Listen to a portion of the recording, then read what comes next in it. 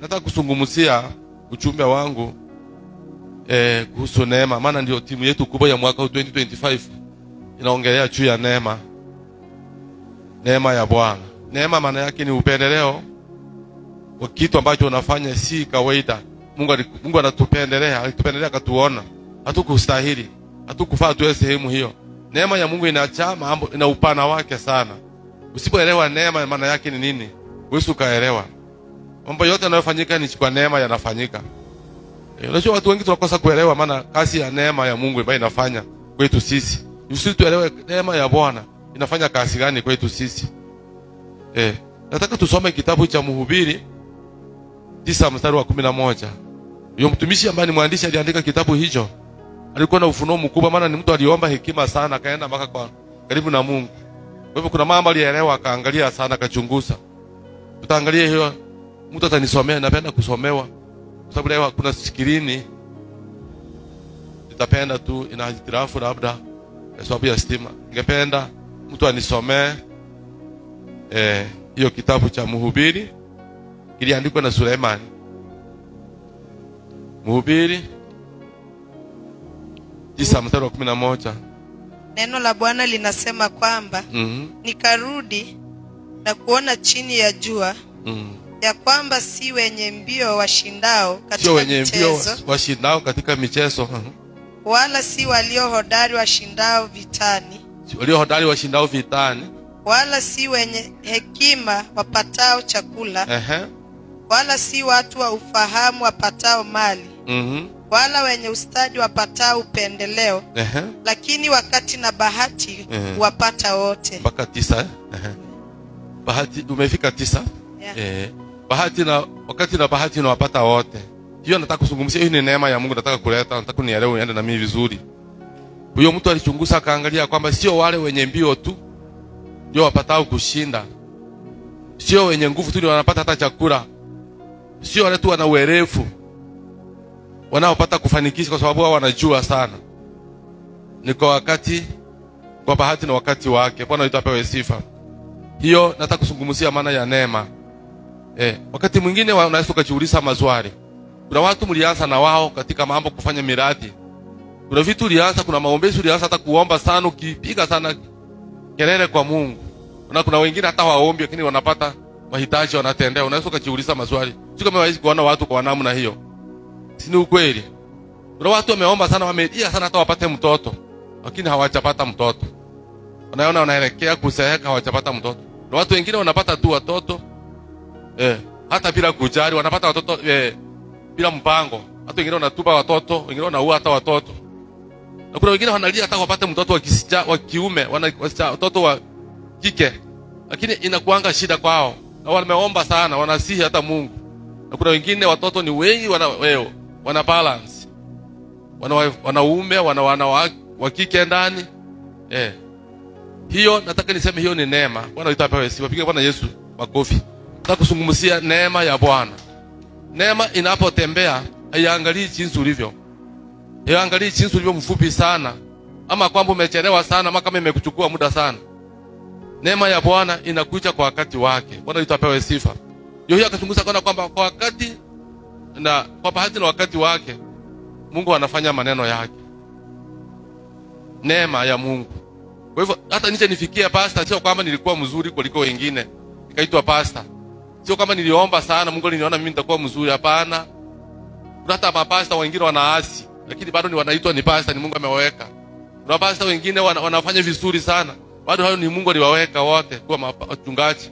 Tunaona viongozi wa kiroho hata wafalme wengine walienda wakatawala miaka michache tu wakaasi. Bado ilikuwa tu ni mpango wa Mungu. Hiyo ni neema, mahali umeweka ni neema. Kuokolewa sio kama ulikuwa mzuri sana ukaokolewa. Ni neema ya Mungu. Bwana itapewe sifa. Nazungumzia neema. Neema ya Mungu inafanya kazi kwa wakati wake. Wewe ukalazimisha vitu vingine vifanyike kwa haraka sana. Kuna watu wanaenda hata kufunga, wanaombea kitu. Unaweza ukafunga hata kwa mwaka, hata kwa miaka, lakini hujachipiwa. Kuna mwingine anaenda hata kwa siku moja tu anachipiwa. Unaweza kumtolea Mungu sana, wengine wanasema toa, hata siku hizo wameleta toa, panda na toa na ubarikiwe. Unataka tu atoe leo, analeta hata ng'ombe leo hii, ataka abarikiwe kesho, apate ng'ombe 10. Lakini kuchukua miaka mingine mingi sana hujapata ng'ombe. Nikaona mtumishi mmoja akiuliza mchungaji wake, Kama una pastor, mimi nimetoa sana kanisani, hata chakula ninaleta magunia, sijawahi barikiwa sana kama wengine. Kutokuelewa neema yako. Mungu anafanya mambo yake kulingana na makusudi yake. Neema ya Mungu ni tofauti sana. Wewe huwezi kuendea neema ya mwingine. Kuna watu mlienda nao shuleni mkasoma nao shuleni wakafanikisha wakakuacha wewe. Kuna watu umefungua nao biashara wakaenda sana wakafanikisha. Wewe bado hujafanikisha. Mwingine hata kaanza tu na omena ama na nyanya kidogo. Ameenda hatua nzuri, sio kama hujui kufanya biashara. Unajua. Kuna wengine mnaenda nao shambani wanapata chakula kingi, wewe hupati. Unaweza ukajiuliza maswali, kwa nini mimi ama nimekosa? Hujakosa. Kuna neema wapendwa inafanya kazi. Bwana wetu apewe sifa. Kila mtu kwa wakati wake unafika Mungu anamfanyia. Kwa hivyo ni vile watu wanachoka, wanakata tamaa. Labda ulikuwa unaomba sana lakini unafika mahali unachoka kwa sababu hujui vile neema ya Mungu inafanya kazi. Tukafundishwa hapa kwamba kuna watu wafupi na warefu. Kwa mfupi sana hiyo haiwezi kuzuilia usipate neema ya Mungu. Kwa mrefu haiwezi kuzuilia usipate neema ya Bwana. Kwa hivyo neema ya Bwana inakuja kwa wakati wake. Huyo mhubiri akaangalia haya maneno akaona ya kwamba kwa wakati, sio wale wakimbiao tu kwa spidi, sio wale wanafunga kanisani wanaomba sana ndio wanafanywa maneno, sio tu wale wanaimba sana ndio wanafanywa maneno. Utapata watu wengine wanafanywa upendeleo, unashangaa. Bwana huyo mtu hata hamjui Mungu, lakini Bwana Mungu amembariki na vitu. Bwana Mungu amembariki hata na watoto, na mimi naomba watoto. Sara alikuwa ni mtumishi wa Mungu, Ibrahim alikuwa ni mtumishi wa Mungu, aliomba sana. Bwana iliwachukua miaka, Bwana hawakupata mtoto haraka. Ili wachukua, maana ilikuwa ni mpango wa Mungu. Mungu ana mpango wake. Neema ya Mungu inafanya kazi kwa wakati wake. Bwana itapewe sifa. Neema ya Mungu inafanya kazi kwa wakati wake. Kwa hivyo watu wengine wanaharakisha, wanataka wafanye vitu kwa haraka tu. Ndio maana watu wanakosa hata kusimama kwa wokovu. Wanamuasi Mungu mapema. Watu wanaonekana Mungu kana kwamba Mungu amechelewa. Mungu hajachelewa. Huyo mhubiri akasema kwamba sio wale na kukimbia kwa mbio tu wanashinda. Sio wale watu wanaenda kila siku wanakuwa waaminifu kila siku ndio wanashinda. Tunaweza kushangaa. Huyo Mungu ni Mungu wa ajabu.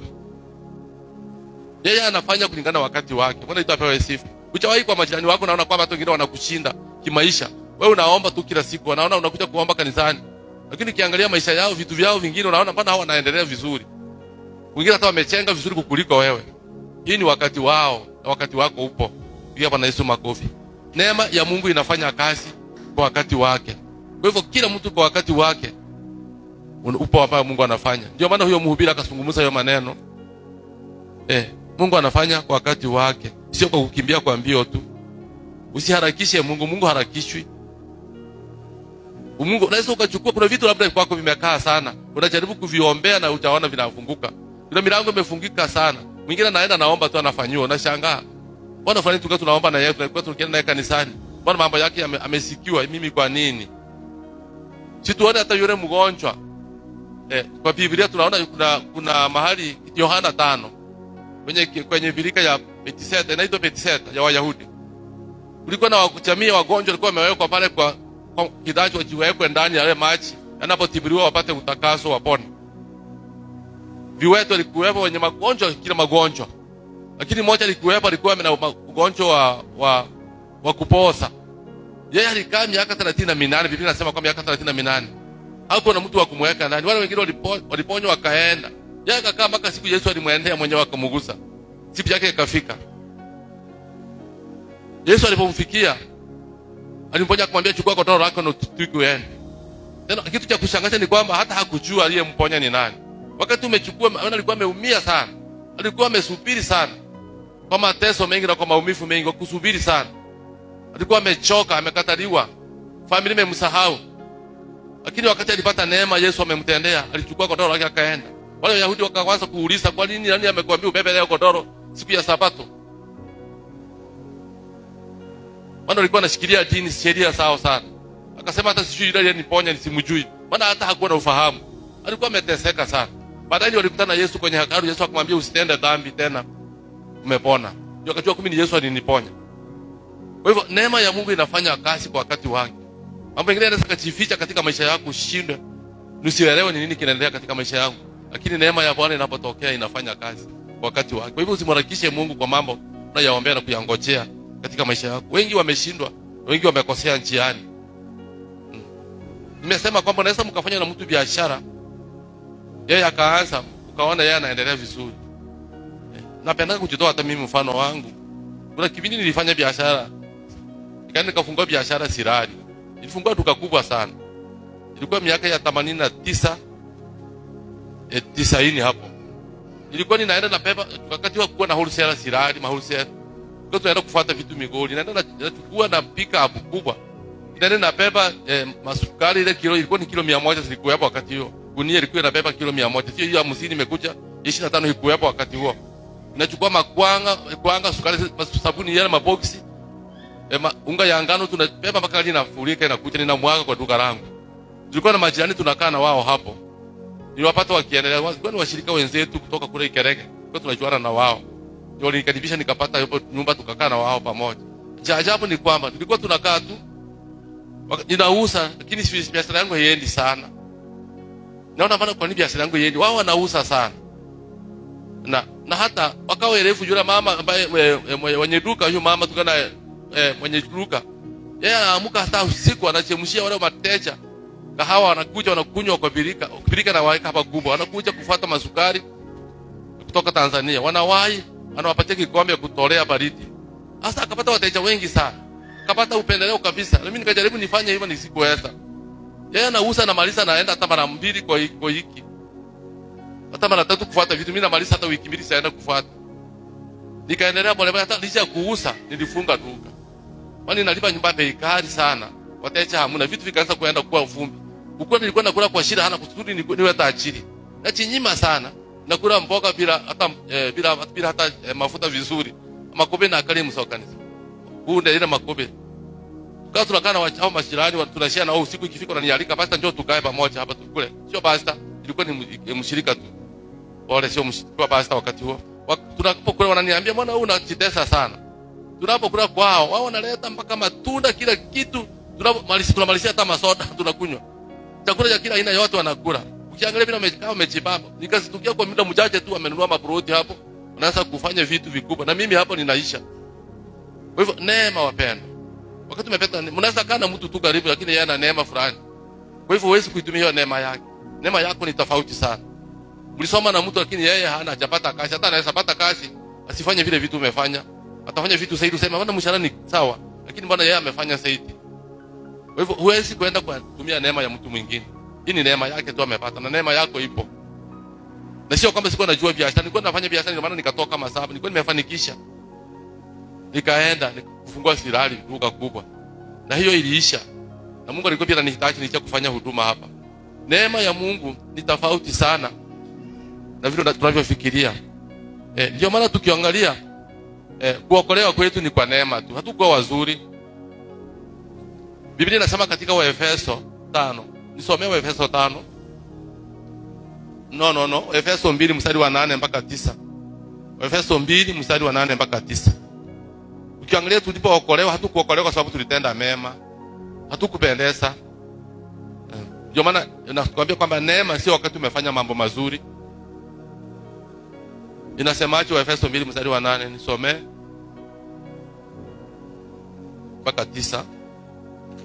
Neno linasema kwamba kwa maana mmeokolewa kwa neema. Mmeokolewa kwa neema kwa njia ya imani ambayo hiyo haikutokana na nafsi zenu. Haikutokana na nafsi zetu nzuri. Ni kipawa cha Mungu. Ni kipawa cha Mungu mwenyewe. Wala si kwa matendo. Wala sio kwa matendo yetu. Mtu awaye yote asije akajisifu. Mtu ajisifu kwamba nilikuwa mzuri sana nikaokolewa, ama nikawa pastor, ama nikawa mtu fulani. Ni kwa neema ya Mungu tu. Bwana itapewe sifa. Hii ndio neema ya Bwana ambayo inafanya kazi. Wakati tumeokolewa ni kwa sababu ya neema. Tulikuwa watu wabaya sana.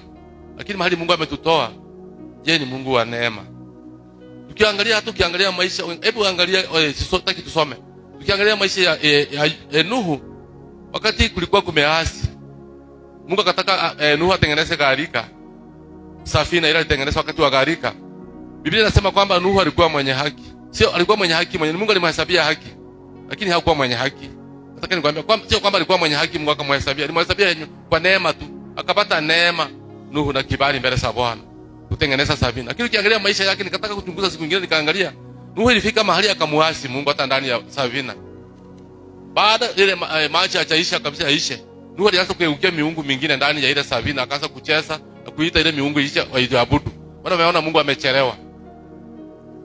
Kwa kusubiri sana kulimwadhiri Nuhu sana. Aliona nikana kwamba Mungu amechelewa kufanya maneno. Mungu amechelewa kukagusha maji katika nchi kafu. Sasa washuke watoke ndani. Akaanza kuambia watoto wake, sasa tuanze kuita miungu yetu, tuitumitikie.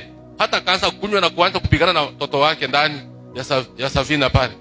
Mtu anaweza kaa kanisani baada aanze kujisahau na kufanya vitu vingine kwa sababu ile neema unapoona nikana kwamba Mungu amechelewa hafanyi kitu. Lakini neema ya Mungu ipo. Ni wale wanaoimngojea Mungu. Wapendo, wokovu ni kukaa na kungojea. Neema inaweza kuchukua muda mrefu tu tukano na watu wa kutarau, wakuone wewe maskini sana, wakuone hata hufai, wakuone wewe si ni muovu sana. Lakini neema ya Mungu inapotokea inafanya kitu. Bwana itapewa sifa. Situpigie Bwana Yesu makofi.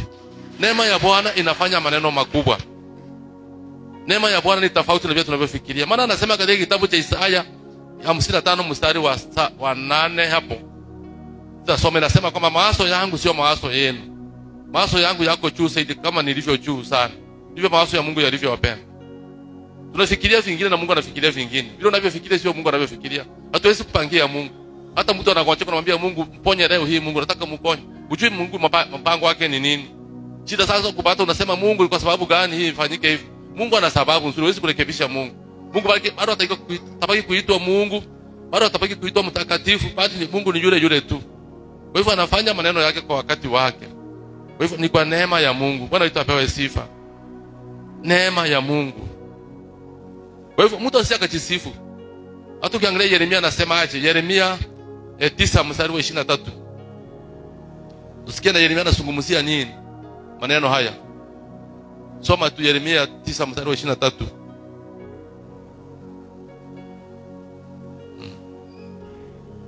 Inasema aje?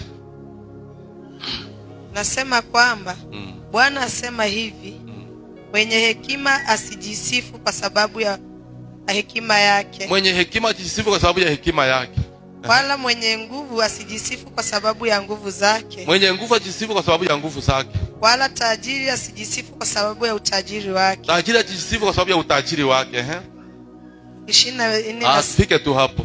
Mwenye nguvu asijisifu kwa sababu ya nguvu zake. Siwezi kujisifu mimi kwa sababu mimi ni pasta. Niwaone kama nyinyi ni wapaya sana. Jisifu mimi ni mtu labda mimi ni kitu fulani. Nione kama nyinyi sio watu wazuri. Ama mimi ni tajiri sana, ni watarau. Hiyo ni neema tu nimepata wapenda. Ni neema tu, ni upendeleo. Hata kucha nisimame niwahubirie ni neema tu nimepewa. Kuitwa mtumishi hata mbele ya uongozi wa watu unaofanya. Kuitwa kiongozi wa kwaya, hiyo ni neema umepewa. Sio kama ulipendeza sana kuliko wengine. Kuitwa kiongozi wa vijana bado hujakuwa mzuri sana kuliko wengine. Ni neema ya Mungu tu imekuweka sehemu hiyo. Mungu anaweza kuinua hata wengine tena tofauti. Ana watu wanaweza kujiinulia. Ndio maana mtu kiweka sehemu na anaanza kujitapa, naona kwamba wewe ni wa maana sana. Mungu anakuona wewe si wa maana. Nakumbuka wakati mwingine Elia akimwambia Mungu kwamba wameuawa nabii wote, nimebaki mimi mwenyewe. Mungu anamwambia kwamba bado nisalia wengine, sio mmoja sasa hivi alimwambia. Yuko na wengine wengi bado. Wakati unapojiona kwa huduma kwamba wewe ndio tu unasimama sehemu, Mungu anakuonyesha kwamba ana wengine, anaweza kuinua wengine. Neema ya Mungu nani anaijua wapendwa? Ni kazi unayoifanya, chochote unachofanikisha, ujue ni neema tu. Biashara yako inaponawiri, ujue ni neema tu umepewa. Kuna wengine wanatamani wafanye na wanafanya na wanashindwa kufikia. Na hivyo siku watafanya vitu vingine tofauti. Kwa hivyo usionee mwingine kichicho ama usinene mwingine vibaya unapomwona katika kitu chochote anachofanikisha. Hiyo ni neema tu amepewa. Ni neema yake. Huwezi kutumia neema ya mtu mwingine kufanya vile amefanya. Hutafanikisha, hutaweza. Neema yangu huwezi kuitumia. Neema ya mwingine siwezi fanya. Unaona watu wengine wanaanza hata kuiga kuhubiri bila wachungaji wengine wanahubiri. Wanaiga wakati kulitokea watumishi wengine wanahubiri kwa maredio. Watu wanaanza kuiga sauti zao. Wahubiri kama vile wanahubiri ndio wafanya hata miujiza. Watumike vile wale wanatumika. Haitawezekana. Neema ya wale nyingine na neema ya wewe ni nyingine. Neema yangu ni tofauti na neema ya mwingine yako ni tofauti. Kwa hivyo hii huduma tunaifanya wapendwa. Hii mwito ambao tumeitwa ni kwa neema ya Mungu. Kwa hivyo neema inatumika sana. Tunaweza wote kuwa hapa, tuko mahali hapa. Wacha niwapatie mfano mwingine. Tunaweza pewa pesa wote hapa, kila mtu tupewe hata milioni moja. Wewe enda mfanye miradi. Kuna wale watafanikisha, kuna wale wengine wataanguka wengi sana. Na pesa mlipewa sawa wote. Hata mpewe kila kitu sawa, kila kitu mgawia sawa. Kuna wale watafanikisha na wale watashindwa kuendelea. Na utauliza watatoa visababu vidogo sana, ndio utashindwa. Kwa sababu hawana neema ya hiyo. Kwa hivyo usitumie neema, inatumika Kwa wakati wa Mungu ambao vile ameona. Kwa neema ya Mungu anaona akufanyie kitu fulani. Yamkini ninapoendelea kumalizia. Kuna vitu umeombea labda unaona vifanikishi. Kuna wengine hata wanahitaji watoto hawana watoto. Sio kwamba leo tuna watoto tulikufanya mazuri tukapewa watoto, hapana. Labda tunahitaji mtoto wa kike umuone. Unahitaji mtoto wa fulani, unasema nani ataliti vitu vyangu. Ndio watu wa Mungu, hata watumishi wa Mungu bana hapa isiki abene. Kama kenda kwenye hatu mumuracha kuli emondo. Ameomba lakini hajapata. Sio kwamba amekosa kwa Mungu. Sio kwamba yeye sio mzuri kwa Mungu. Ni neema ya Mungu wapenda. Mungu anafanya vitu kwa wakati wake na ana sababu nzuri. Mambo unayopitia kuna neema ya Bwana juu yako. Bwana itapewe sifa. Nimesema kwamba yule mgonjwa alisumbuka sana, kulikuwa na neema ya Bwana. Siku moja Bwana alitokezea. Na hata kumfahamu kwamba ni Yesu amemwokoa. Baadaye Yesu ndiye alimtokezea kwenye hekalu akamwambia mimi ndio nimekuponya. Nenda usitende dhambi. Alipoulizwa na Wayahudi alisema kwamba ni mtu aliniponya sijui ni nani. Maana alikuwa amechoka sana. Kuna vitu vimekufanya umechoka sana mpendwa. Hujui ni nini kinachoendelea katika maisha yako. Lakini nakwambia kwamba neema ya Bwana bado ingalipo inafanya kazi. Usichoke. Usikate tamaa kwa sababu ya shida ambazo zinakufuatilia. Usikate tamaa kwa sababu ya magonjwa ambayo yamekuweka chini. Neema ya Bwana bado inatenda kazi nzuri. Ndio maana nashukuru sana kwa sababu ya maono makubwa ambayo mtumishi wa Mungu alileta katika timu hii ya mwaka huu. Neema ya Mungu inatuhifadhi wapendwa. Tunaishi kwa neema ya Mungu. Tumeokolewa kwa neema ya Mungu. Hakuna kitu unaweza kufanya pasipo neema ya Mungu. Huwezi kusema nitaenda mwenyewe. Tunaona hata Musa akiomba Mungu amsaidie aende pamoja na yeye. Mwambie na neema yako iende pamoja na mimi. Si utaweza peke yangu. Huwezi kuwa mtumishi peke yako. Hata uwe bishop, huwezi kuwa mwenyewe uende. Ni neema ya Bwana ikupeleke mbele. Tunahitaji neema ya Bwana. Bwana itapewa sifa. Unahitaji neema ya Bwana mpendwa kwa nyumba yako, watoto wako. Unahitaji Mungu ashughulikie watoto wako kwa neema ya Bwana. Waweke chini ya neema ya Bwana. Bwana nisaidie watoto wangu. Naomba neema yako iende na watoto wangu. Wewe ukitamuka kila wakati, Bwana tuna timu ya neema. Hiyo neema itumie vizuri katika maisha yako. Bwana nisaidie niende na neema yako Bwana. Nisiende peke yangu. Ndoa yangu Mungu iende na neema yako Bwana unisaidie. Bwana kienda na wewe hutashindwa. Hata kama atachelewa kufanya vitu, bado ile neema itafuatilia. Ndio maana huyo mhubiri anasema kwamba sio kwa mbiu tu, sio kwa nguvu tu, sio kwa kushinda tu, lakini kwa wakati wa Bwana. Huja wakati wa Bwana ambao anafanya. Unajua Mungu amefanya kila kitu, anataka kitukuse. Mungu ndio kujitukusa sana juu ya maisha yetu. Sio kama Mungu amefanya mwanadamu aishi tu amfurahishe tu. Mungu anataka jitukuse kwa vitu ambavyo vinafanyika. Hata alipomponya huyo mgonjwa nimemtaja, alitaka ajitukuse. Maana watu waliuliza maswali, huyo mtu ameugua sikia miaka 38. Miaka 38 hangana hegerenge. 38 38. Ni miaka mingi sana. Mwana ibo yaba mumuratu nyoda tembere mwage. Mtu anaanza arai hayo. Sio Mungu anataka afanye kitu ajitukuse. Hali unaipitia Mungu anataka ajitukuse kwako. Ili neema ya Bwana ionekane kwamba ni nyingi sana. Yesu anazungumza, wanafunzi wa Yesu wakamuuliza katika Yohana 9 kimarisia. Mstari wa kwanza hapo. Kama nitasoma ama niseme tu. Tunaweza soma tu nikimarisia. Kuna maswali walimuuliza, waliona mtu akiwa mgonjwa kwa miaka mingi. Wakataka wajue kwamba ni nini inaendelea katika huyo mtu. Hebu soma hiyo sehemu. Yohana 9 mstari wa kwanza. Neno linasema kwamba hata alipokuwa akipita alimuona mtu kipofu tangu kuzaliwa. Kipofu tangu kuzaliwa kwake.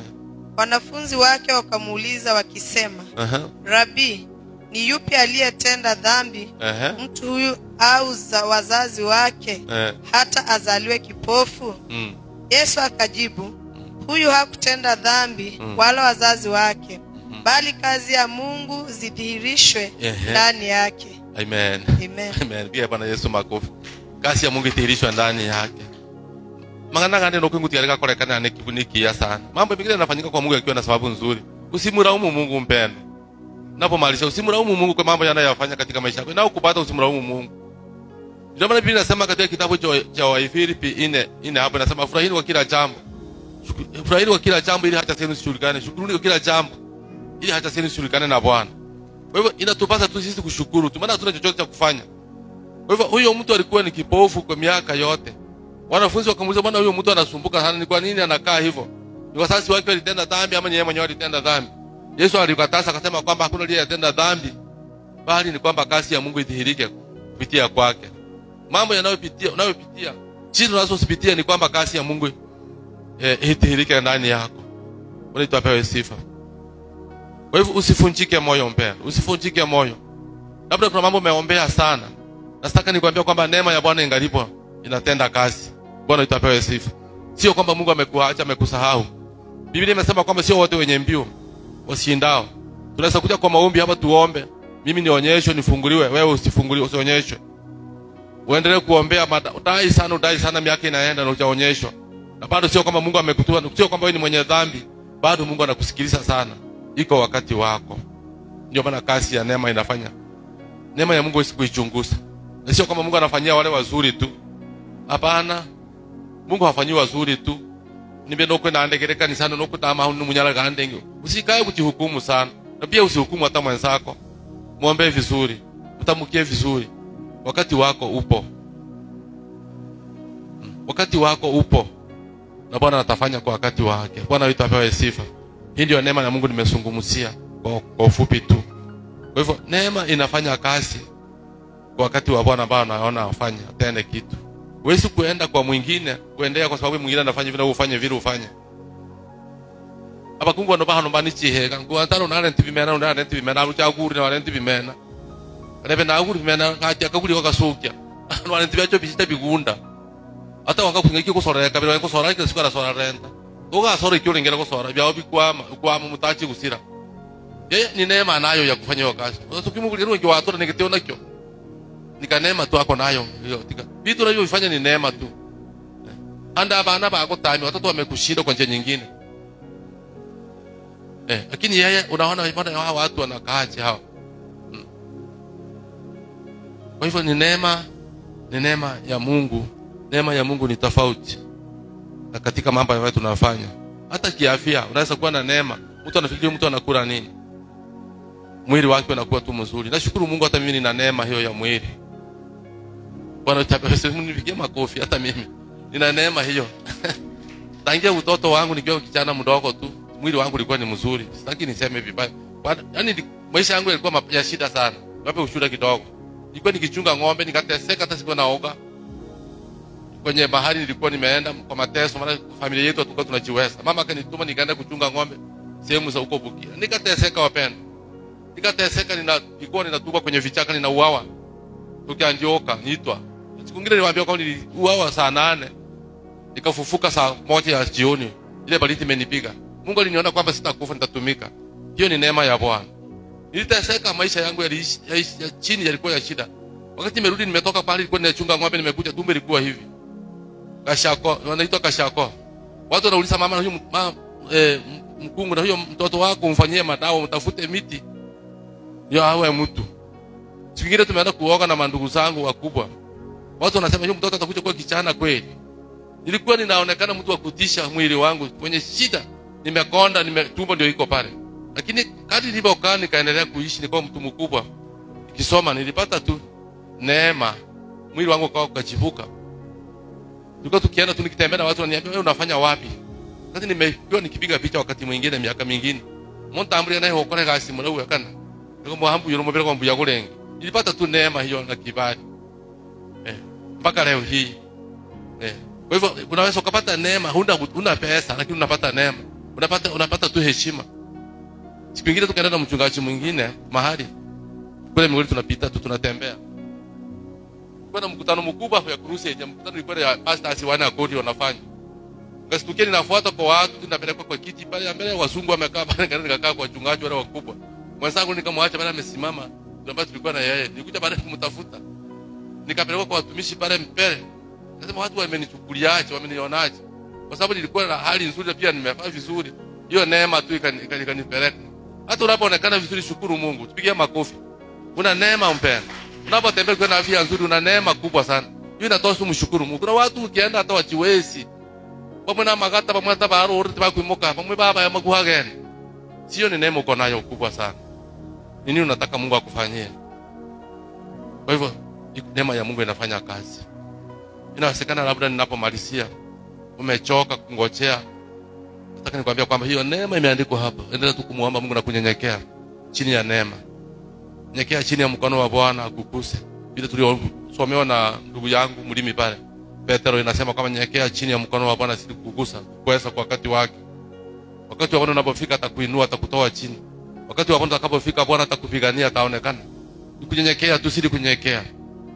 Ndio kama angara, ndio kukenya bukongo. Ndio kama haikabla huonekani, wewe huonekani, hakuna mtu anakuona.